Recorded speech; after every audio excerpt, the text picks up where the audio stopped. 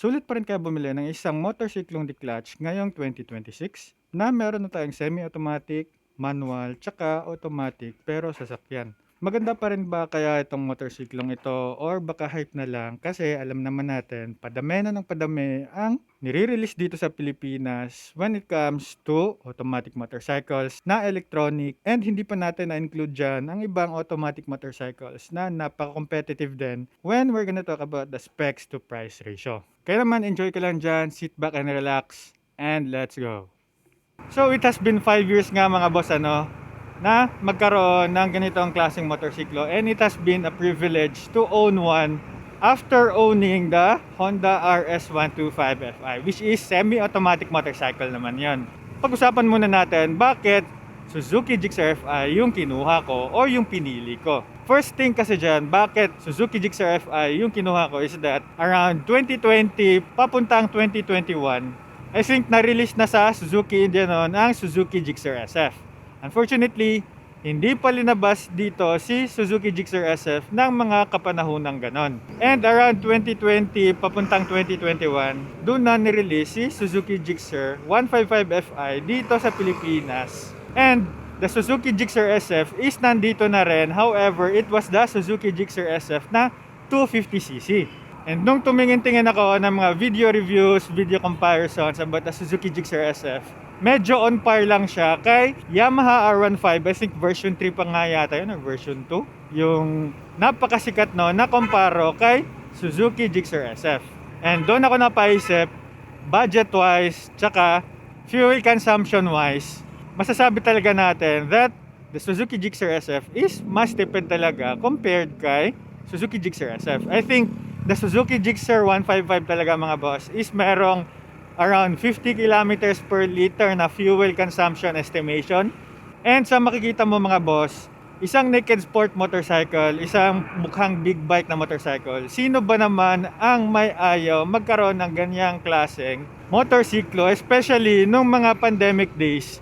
I think napakarami talaga mga motovloggers na nagdadrive ng mga big bikes tapos binabiyahe nila sa mga gusto nilang puntahan. So for me mga boss, if katulad kita na gusto rin magkaroon ng parang big bike pero on a budget, the Suzuki Gixxer 155 talaga is enough na talaga.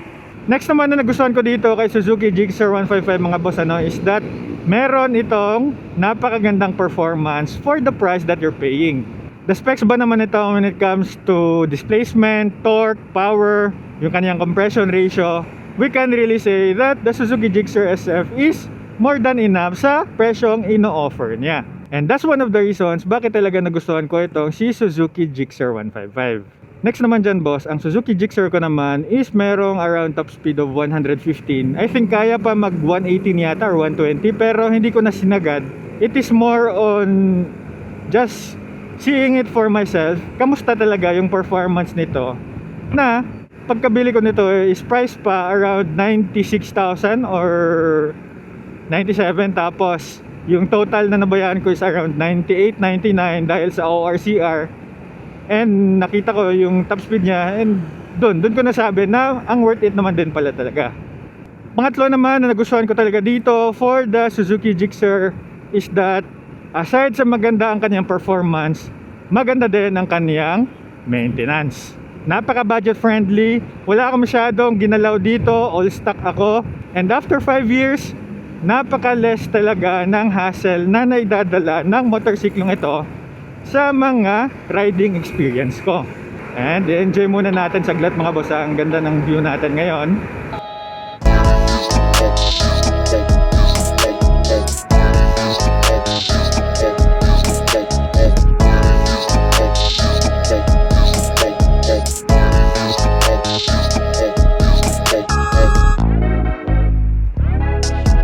So for me talaga, if you have a very aggressive style na motorcycle, di ba? Napaka-aesthetic, napakaganda. Tapos biglang napaka-budget friendly pa.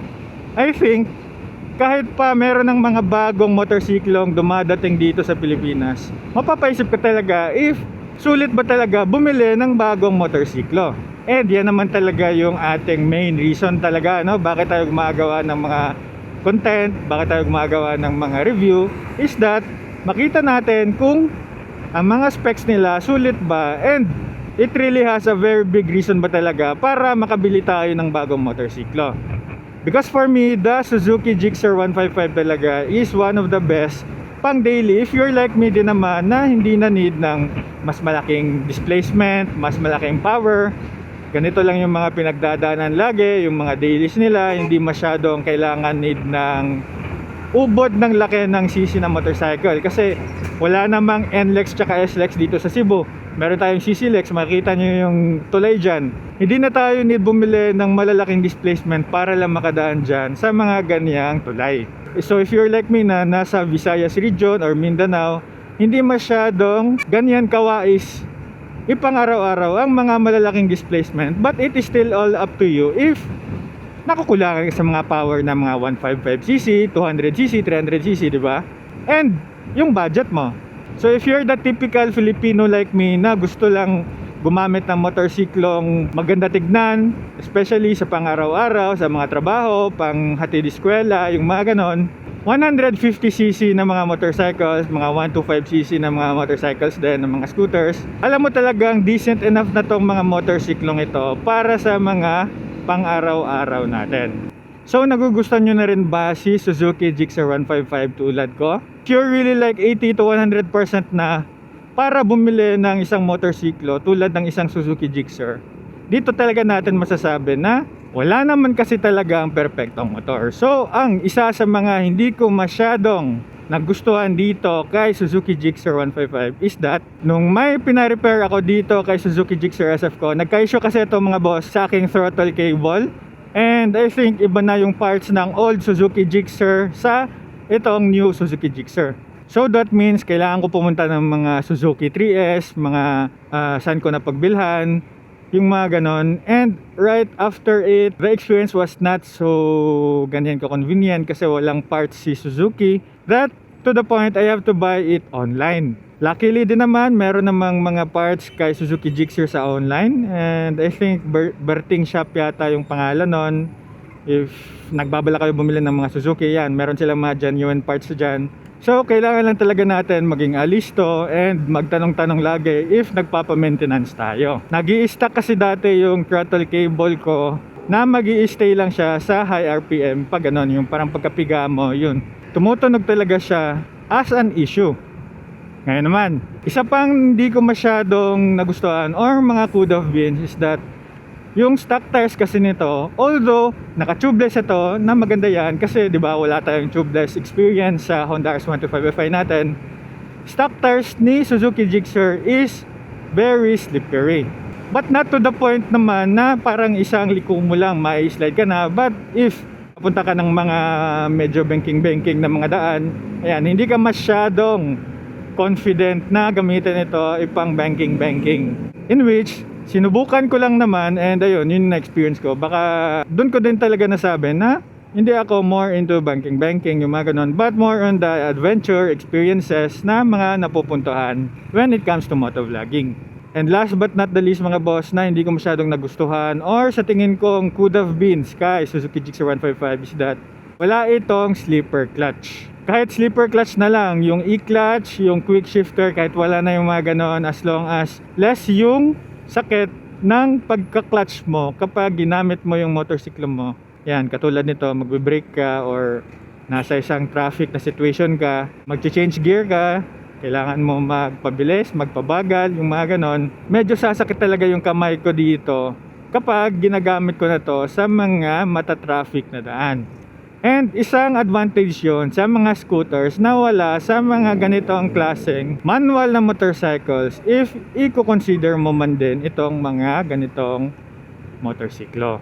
So andito na nga tayo sa final verdict natin about this motorcycle, whether this motorcycle ba is worth it pa rin ngayong 2026.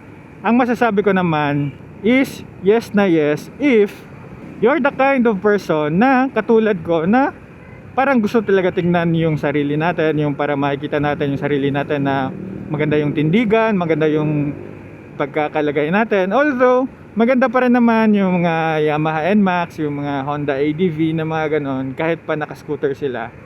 I think iba pa rin naman talaga yung stance kapag Naka-manual bike tayo. Especially if Suzuki Gixxer SF yung kinuha natin mga boss, ano, if ever yun yung kinuha. Napakaganda talaga noon kasi it is more on a sports bike.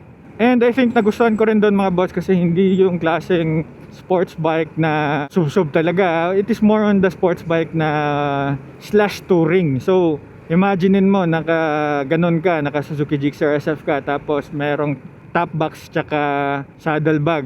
Masasabi mo talaga maganda yung tindigan ng Suzuki talaga when it comes to touring slash daily. And yan, makikita natin mga boss, if you're considering this motorcycle, ayan, may medyo konting traffic, mayroong lulusot-lusot sa daan. If okay lang sa'yo yung mga ganitong setup, then all the way, go for it kasi napaka head turner talaga nitong motorsiklong ito.